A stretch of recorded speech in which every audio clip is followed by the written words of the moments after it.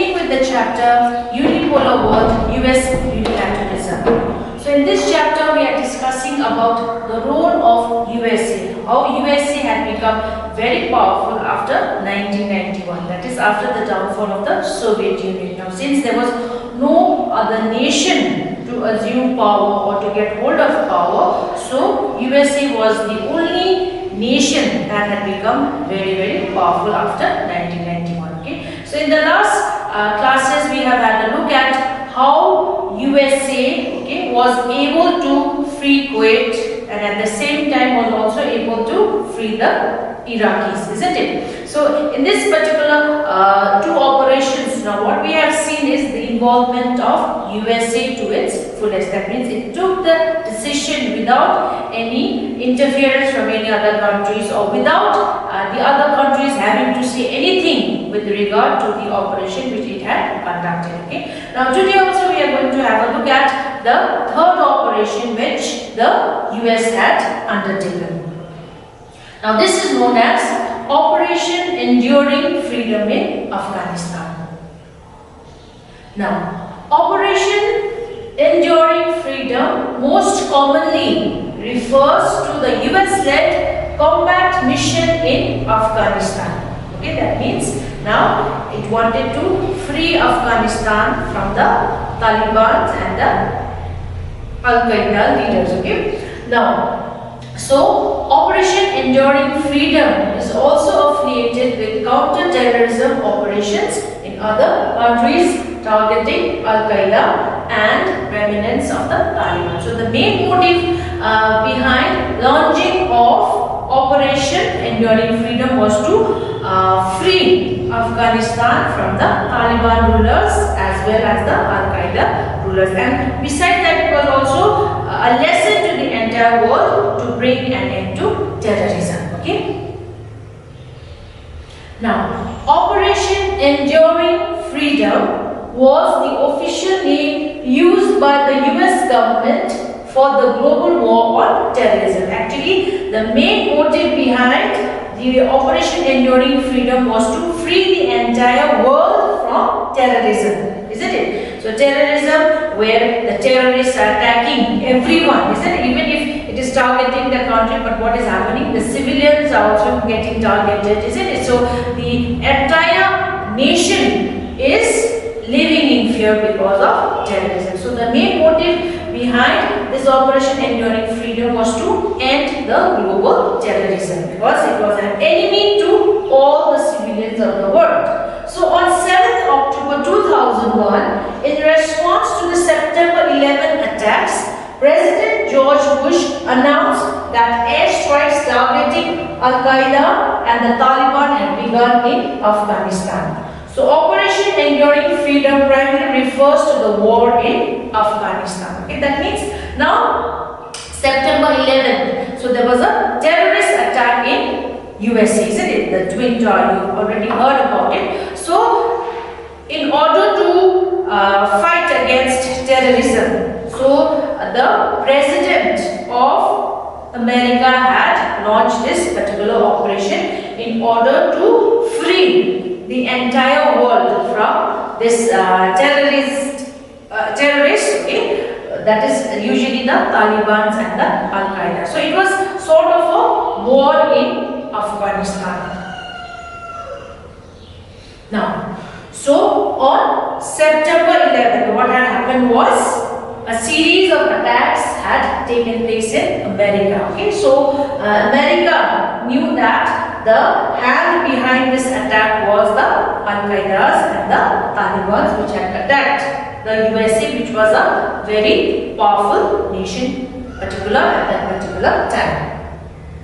Now, what was the goal of Operation Enduring Freedom? So why was it launched? Okay. Now, the military operation was launched to stop the Taliban from providing a safe haven to Al-Qaeda and to stop Al-Qaeda's use of Afghanistan as a base for terrorist activities. So it was a military operation. It was not by one man, but the entire armies, okay, they were sent to Afghanistan. So why was it sent to Afghanistan? Because it was believed that the Al-Qaeda leader, okay, by the name of Osama bin Laden, had made a base in Afghanistan, okay, and was operating all the terrorist activities from Afghanistan, okay. So was launched to stop the Taliban from providing. So the Taliban had provided, okay, the place for the Al-Qaeda leader,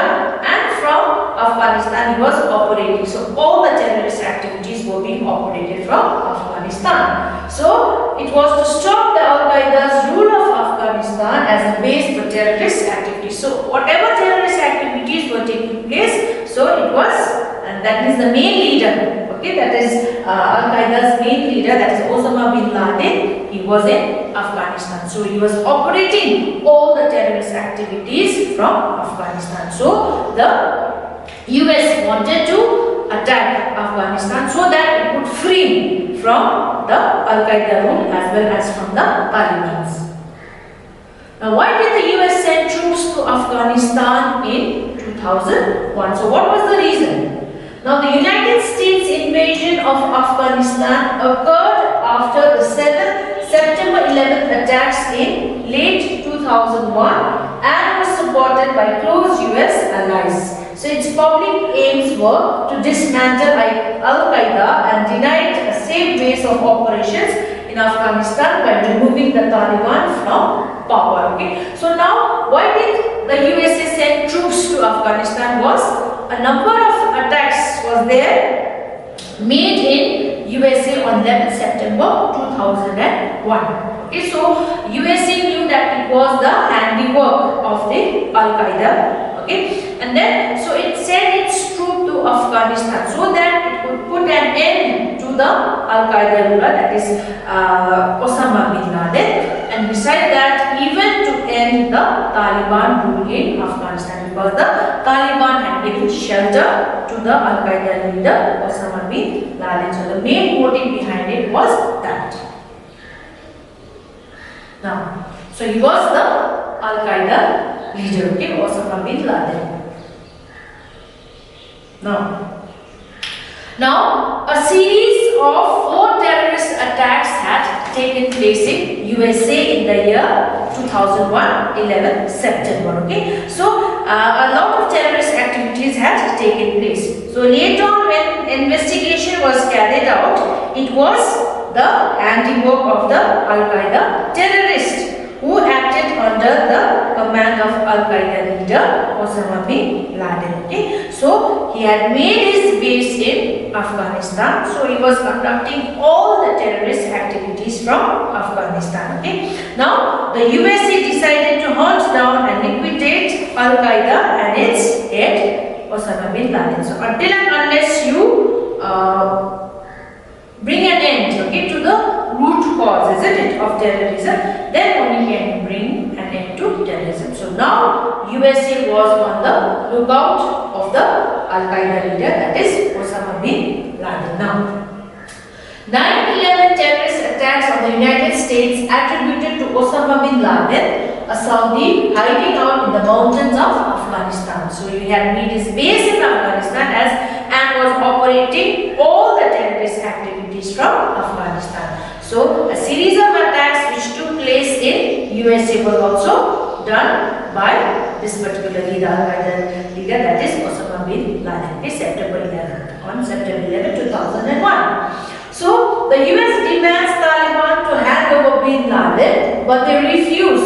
So the US invades and overthrows them, but is unable to capture bin Laden till 2011. Okay, now the US President George Bush gave the rulers of Afghanistan, the Islamic fundamentalists, okay, that is the Taliban, an ultimatum.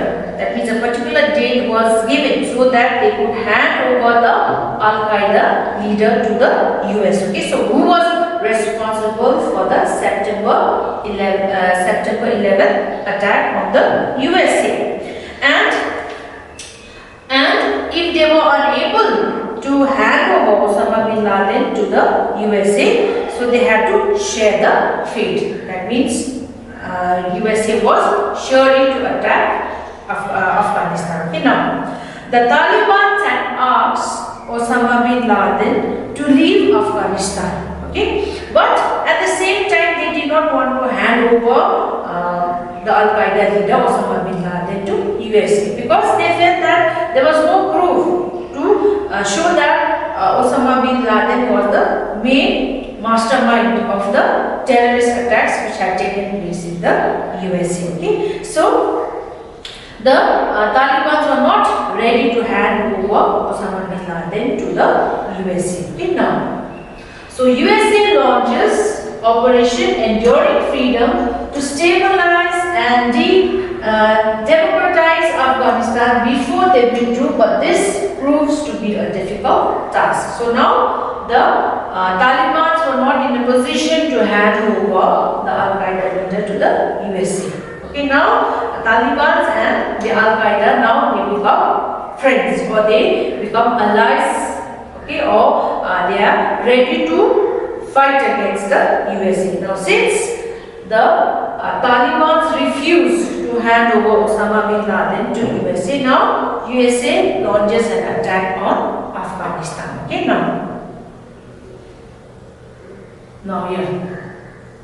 now the USA decided to launch airstrikes on 7th October 2001, less than a month after 9/11. So now preparations were going on for a war. Now, since the Taliban were not in a position to hand over Osama bin Laden to USA, so what USA did was it decided to launch airstrike on 7th October, less than a month after 9/11. Okay.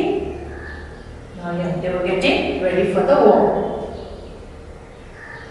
So US military, they were getting ready in order to capture Osama bin Laden, since the Taliban refused to hand over Osama bin Laden to the US.